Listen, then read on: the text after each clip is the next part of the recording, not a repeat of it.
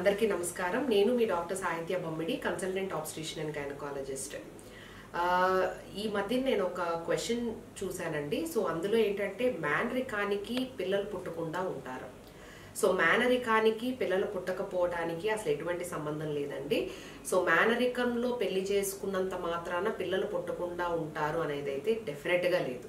So పిల్లలు పుట్టకపోవడానికి గల కారణాలు అనేది అండం ఉత్పత్తిలో ఏమైనా ప్రాబ్లం ఉన్నా, లేదంటే ట్యూబ్లో ఏమైనా బ్లాక్ ఉన్నా, లేదంటే యూట్రైన్ ఎన్విరాన్మెంట్ అంత ఫేవరబుల్గా లేకపోయినా, లేదంటే హస్బెండ్ సెమెన్లో ఏమైనా ప్రాబ్లం ఉన్నా, అంటే కౌంట్లో కానీ మొటిలిటీలో కానీ ఏమైనా ప్రాబ్లం ఉన్నా ప్రెగ్నెన్సీ అనేది రాదు. కానీ కేవలం మేనరికం వలన ప్రెగ్నెన్సీ రాకుండా ఉండటం అనేది ఉండదు ఎట్టి పరిస్థితుల్లో.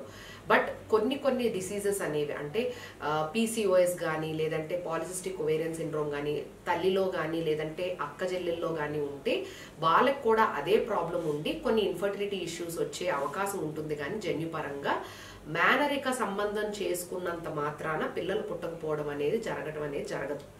సో మేనరికంలో గనక పెళ్లి చేసుకుంటే కొన్ని డిసీజెస్ అనేది సంక్రమించవచ్చు. బట్ ఎట్టి పరిస్థితుల్లో పిల్లలు పుట్టకపోవడం అనేది అయితే ఎట్టి పరిస్థితుల్లో జరగదు.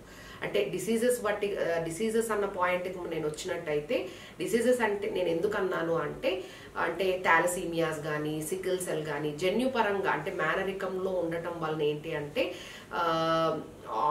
క్రోమోజోమల్ డిజార్డర్స్ అనేవి కొన్ని ఉంటాయి. సో అవి బిడ్డలకి సంక్రమించే అవకాశం అనేది ఉంటుంది. కానీ మేనరికం వలన, అంటే మేనరికపు పెళ్లి వలన పిల్లలు పుట్టకపోవడం అనేది ఎట్టి పరిస్థితుల్లో జరగదు.